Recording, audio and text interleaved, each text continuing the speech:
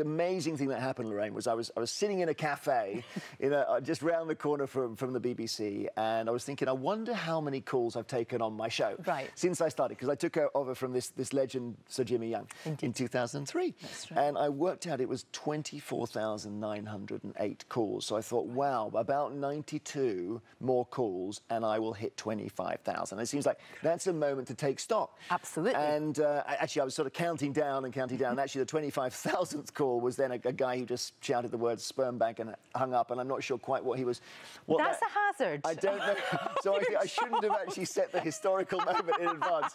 That sort of thing doesn't happen. It was rather unfortunate it was that cool. But anyway, leaving that aside, I began to look back, and I thought, exactly like you say, you learn something every single day. The person we had on a couple of days ago who said she got Lyme disease, even though when she hiked, she was wearing jeans and long socks, you know. So the person who rang up and had been pecked in the eye by a gannet, so said never rescue an injured gannet from the beach. The person who said, you know, if you're growing a poisonous plant, always plant it near the back of the flower bed. You know, it's great advice. It is great advice. It's sensible advice. And you've got to know. Indeed, and you've got a really, I think there's that thing about radio that you have such a special relationship with your listeners.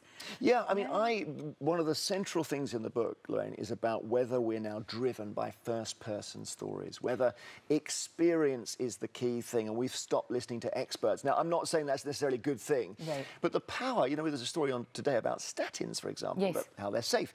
And we had the same kind of thing about 6 months ago. An expert came in, and there'd been a study and 10,000 patients and 6 years, and statins were safe. The very first caller, Brian in Llandudno, rings and says his mother took statins and she became suicidal and lost control of her bowels. That's what he said. And I thought, how do you actually weigh those two accounts against each other? Because the effect of Brian's story is to just completely wipe out the expert study on the air when you're listening. Because he's lived it, Yeah, and I think we are. Maybe it's the internet, maybe it's just the people we are. We're listening out for experience much more.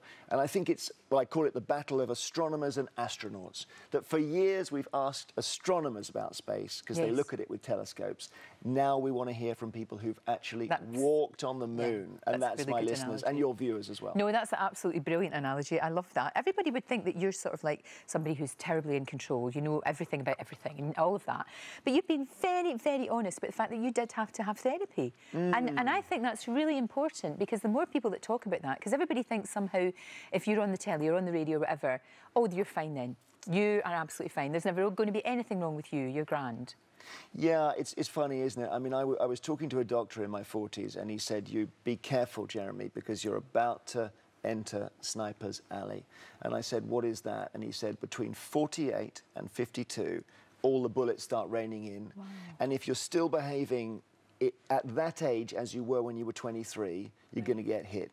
And I've seen colleagues around me in the BBC who've had strokes and cancer and all kinds of physical illnesses. And I think I just got a kind of burnout where I had to sort of just take stock about, maybe this happens to people. If you're still behaving like you're 25 when you're 50, then at some point there's a flag goes up. Do you mean like working too hard? Like working too hard and driving yourself, doing too much work, and maybe sort of losing sight of what's important and going. I think at that moment the key thing is to go back to family and go back to those you love.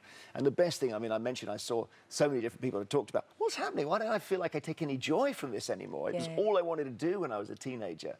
And the best thing that somebody said to me was, stop striving and start thriving. Just enjoy being you. I like that. Fantastic. Absolutely. And I think as well, I mean, I could go on about it for ages, but just we're in a 5-screen world where, you know you've got your Twitter and your it's too Instagram. much, I know. Too much. Just to sit and just smell the roses.